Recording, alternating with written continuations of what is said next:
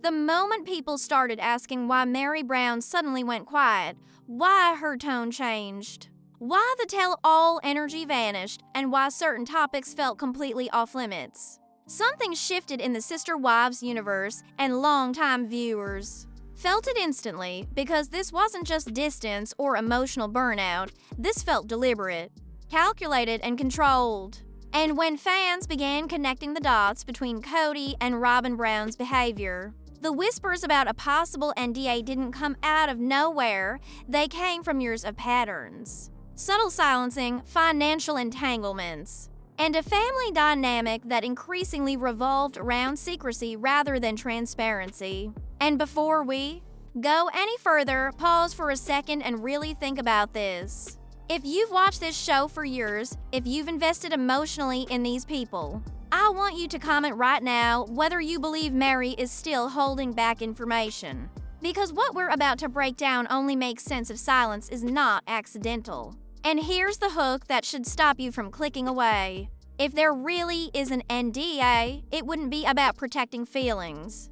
It would be about protecting exposure. And that changes everything about how we interpret the last several seasons. For years, Meri Brown was positioned as difficult, emotional, unstable, or unwilling to move on. But what if that narrative wasn't organic? What if it was convenient? Because when someone is framed as emotional or unreliable, anything they might say later becomes easier to dismiss. And this is where viewers started to question the imbalance. Because while Christine openly left and spoke freely, while Janelle slowly separated with clarity and boundaries, Meri stayed, waited, complied, and remained unusually restrained even when she had the most to say. And fans noticed that her language changed, her interviews became guarded, her reactions became neutral, and she avoided specifics in moments where honesty would have benefited her the most.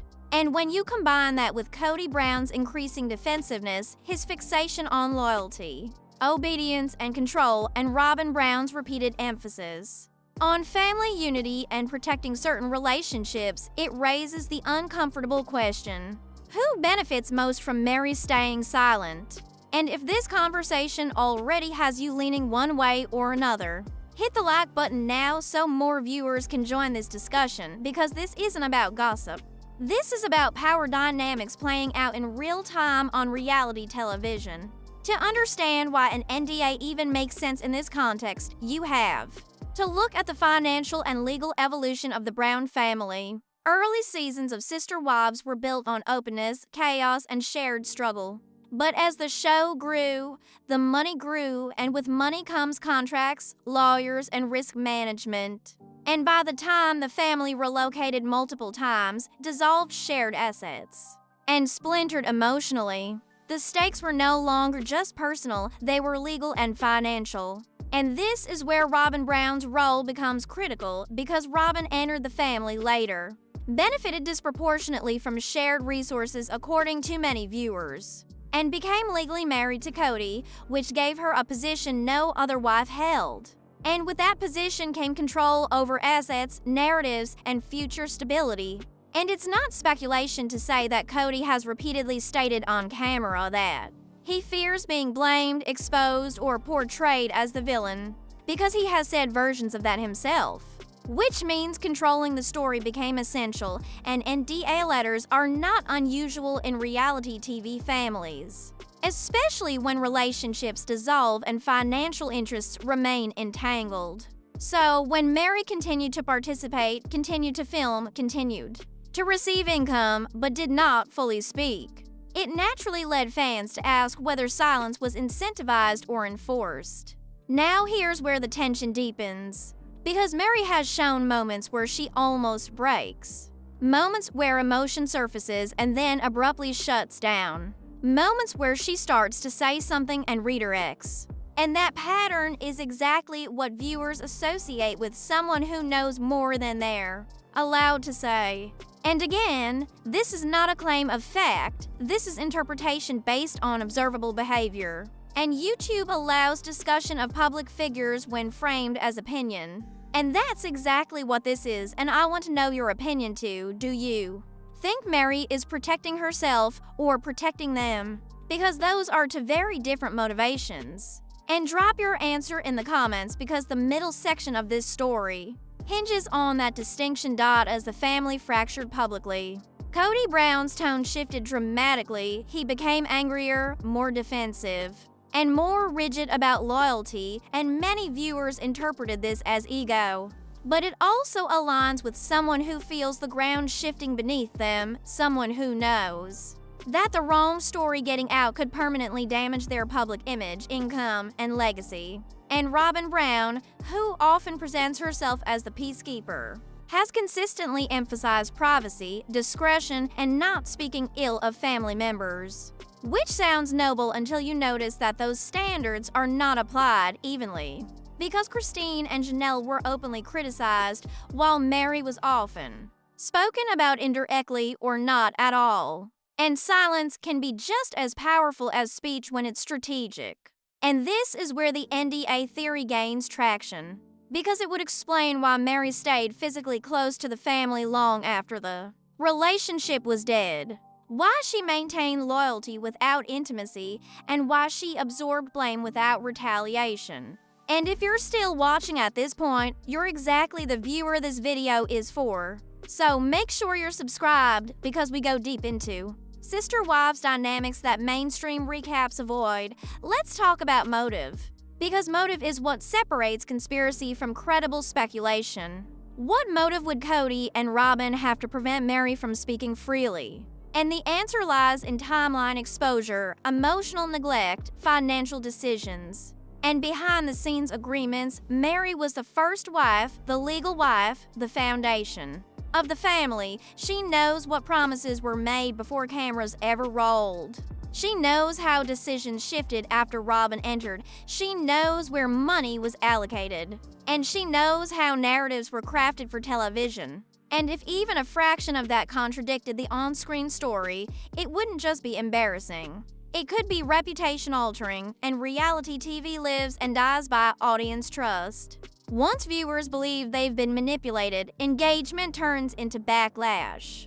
And backlash threatens renewals, sponsorships, and future opportunities. So from a purely strategic standpoint, silence becomes valuable, and if silence is valuable, it can be negotiated, incentivized, or contractually protected. And again, this does not mean an NDA exists, but it explains why fans believe it could. At this point in the story, many viewers feel torn because Meri is not portrayed as a victim in a traditional sense. She's often shown as complicit, stubborn, or unwilling to leave. But complicity under pressure is still pressure, and choosing stability over truth is a survival strategy many people make, especially when finances, identity, and public scrutiny are involved. And the most telling detail is that Meri's eventual separation announcement was calm, controlled, and carefully worded, lacking the emotional release many expected. And that kind of restraint doesn't come from nowhere, it comes from boundaries, whether self-imposed or external. And before we move into the final stretch, share this video with someone who watches Sister Wives, because these conversations only evolve when multiple perspectives collide, and silence only wins when people stop asking questions. As the show continues and the family's future remains uncertain, the question isn't whether Meri will ever speak. The question is when and under what conditions, because NDA letters don't last forever, contracts expire, leverage shifts, and people eventually choose peace over protection. And when that happens, narratives change, and viewers reevaluate everything they thought they knew.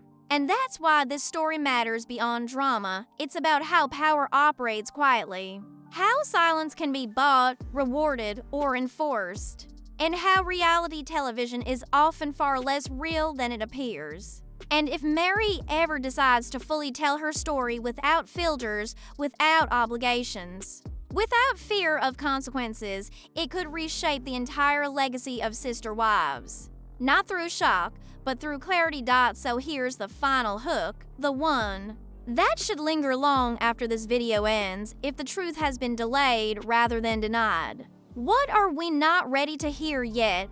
And do you think Meri is waiting for the right moment? Or has the moment already passed? I want you to answer that in the comments because your perspective shapes how this conversation evolves. And if you've made it this far, you're part of the core audience that sees beyond surface drama. So subscribe, stay engaged, and keep questioning the stories you're shown. Because sometimes the loudest revelations come from the quietest people. And sometimes silence isn't weakness, it's strategy. Once you start rewatching Sister Wives with the idea of control in mind instead of romance, the entire tone of the show changes. Because what once looked like emotional chaos starts to resemble a slow consolidation of power. And nowhere is that more visible than in how Kody Brown's behavior evolves as his relationships collapse.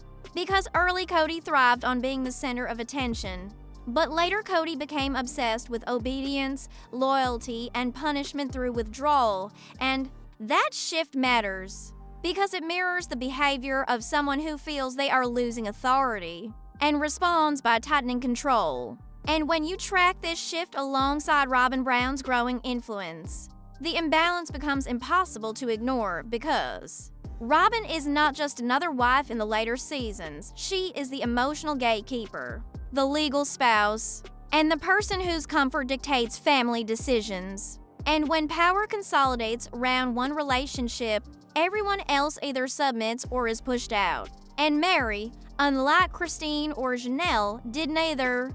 This is where the NDA speculation gains emotional weight rather than sounding like internet noise, because Meri did not leave loudly. She did not rebel publicly, and she did not retaliate when she had every reason to. Instead, she lingered in a role that gave her very little emotional reward, but maintained proximity to the family structure, and viewers often asked why she stayed. But a better question might be what staying provided her that leaving would not. And in a reality TV environment, continued participation means continued income, continued relevance, and continued protection under existing contracts. And contracts are where silence often lives, not in feelings, not in fear, but in fine print. What stands out most is how often Kody speaks about respect and betrayal when referring to Meri, but rarely speaks about love, and that distinction is critical. Because respect in Kody's language often translates to compliance, and betrayal often translates to public dissent, and Meri, despite being emotionally frozen out, rarely criticized him openly, rarely contradicted his narrative, and rarely pushed back in ways that would embarrass him publicly. And that restraint is not consistent with someone who has nothing to lose. It is consistent with someone who understands the consequences of speaking too freely, and again, this is not proof of an NDA, but it is consistent with the presence of leverage. Robyn Brown's role in this dynamic becomes clearer when you observe how often she speaks on behalf of others, reframes conflicts, or positions herself as the interpreter of Kody's intentions. Because when one person becomes the translator of reality, they also become the editor. And Robyn's repeated insistence on protecting the family image, not speaking negatively, and keeping certain matters private may sound reasonable on the surface, but it functions as a boundary around what is allowed to be discussed, and boundaries are not neutral when they only restrict certain people. And viewers noticed that when Christine spoke openly, she was framed as disloyal. When Janelle questioned finances, she was framed as problematic. But when Meri stayed quiet, she was framed as difficult yet safe. And that contradiction is telling. If you are still following this, take a second and comment whether you think silence can be a form of control or a form of survival, because that distinction matters more than assigning villains. And it shapes how we interpret everything that follows. Another key pattern viewers noticed is how Kody reacts to accountability. Because when confronted with his own words, he often deflects, reframes, or escalates emotionally, and escalation is a classic tactic to shut down discussion, because once emotions rise, clarity disappears. And Robyn often steps in during these moments, either validating Kody's feelings or redirecting the conversation toward unity and healing. which again sounds constructive, but often results in unresolved issues being buried rather than addressed. And buried issues don't disappear, they accumulate, and people who know where those issues are buried hold power. And Meri was present for all of it. From the early agreements to the later fractures, the financial layer cannot be ignored here. Because as relationships dissolved, shared assets became a sensitive subject. And financial transparency on the show decreased, and when money becomes unclear, silence becomes valuable because exposure creates consequences. And viewers speculated heavily about property ownership, income distribution, and who benefited most from family decisions. And Meri, as someone who invested emotionally and financially early on, would have unique insight into those decisions. And insight is dangerous when it contradicts the narrative being sold. And reality television is still a business, and businesses protect their assets. Midway through the series, Meri's screen presence becomes almost symbolic. She is there, but not really heard, visible, but not influential. And that kind of marginalization often precedes exit, but in this case, exit was delayed, prolonged, and oddly calm. And calm is not what viewers expected from someone who had been publicly rejected by her husband, sidelined emotionally, and criticized for years. And that calm reads less like closure and more like containment. And containment always has a purpose. Here is where the tension sharpens, because if Meri were to speak freely, not emotionally but factually, timelines could shift, motivations could be reinterpreted, and certain decisions might no longer look organic. And that is what threatens carefully constructed narratives, not anger, not tears, but clarity. And clarity is the enemy of image management, and image management is everything when your livelihood depends on public perception. And this is why fans believe fear plays a role, not fear of Meri emotionally, but fear of Meri factually. If you're finding yourself rethinking past episodes right now, that's intentional, and if you haven't already, hit the like button, because this part of the conversation only spreads when viewers actively engage. And engagement signals that people are paying attention beyond surface drama. As the seasons progressed, Meri's independence outside the family grew, but her commentary on the family did not, and that contrast is important. Because she proved she could build a life, a business, and an identity without them. Which means her silence is not due to dependence, it is due to choice or obligation. And when someone who is no longer dependent remains silent, the question becomes why, and the answers are rarely simple. This part of the story does not conclude with certainty, but with pressure. Because pressure builds over time, and pressure eventually releases. And whether that release comes through a tell-all, an interview, or never at all remains unknown. But the behavioral pattern suggests that something is being held back, something that matters enough to manage carefully, and that is why this theory persists, not because fans want scandal, but because the evidence of restraint is visible. In the next part, the focus shifts fully to Meri, not as a side character, not as a victim or villain, but as a key holder of information and the moments where her silence speaks louder than words.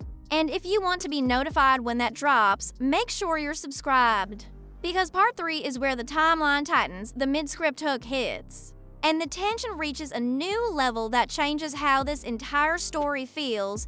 Now rewind everything. Not just the seasons, but the emotions, the timelines. The moments that felt small at the time, but look heavy in hindsight.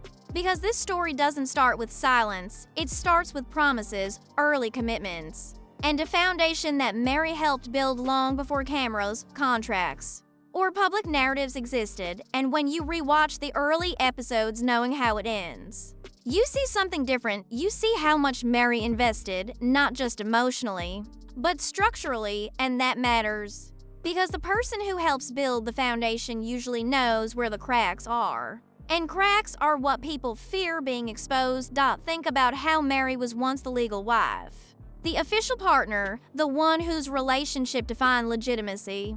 And then think about how quickly that status disappeared, replaced quietly, legally. and permanently, and yet Meri stayed, accepted it publicly, and never fully unpacked what that loss meant to her beyond surface level emotion. And that absence of detail is loud because losing legal status affects finances, inheritance, decision-making power, and future security. And yet those implications were never explored deeply on camera. And when something that significant is glossed over, it raises the question of whether it was avoided intentionally, because details create accountability. As seasons progressed, Meri often looked like someone who knew she no longer belonged, but also knew she could not fully disengage. And that limbo state is psychologically exhausting. Yet she endured it with restraint that bordered on unnatural for reality television.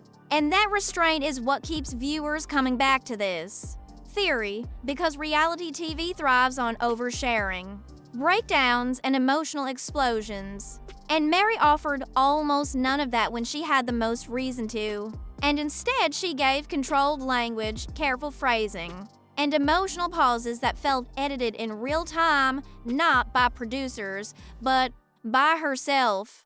This is where the idea of protection versus fear becomes critical, because silence does not always mean someone is being threatened. Sometimes it means someone is calculating, preserving future options, or honoring an agreement they believe still serves them. And NDA letters, whether formal or informal, function exactly like that. They buy time, stability, and predictability in exchange for restraint. And when you consider how long Meri remained connected to the show, the family, and the shared income stream, it becomes easier to understand why she might choose silence over scorched earth honesty, because scorched earth destroys everyone, including the person holding the match. But here's the tension that refuses to resolve. Meri's silence did not protect her emotionally, it did not restore her marriage, and it did not improve her public perception. Which means whatever benefit silence provided was not emotional validation. It was something else entirely, and that something else is what viewers are still trying to understand. Because people rarely endure years of discomfort without a reason.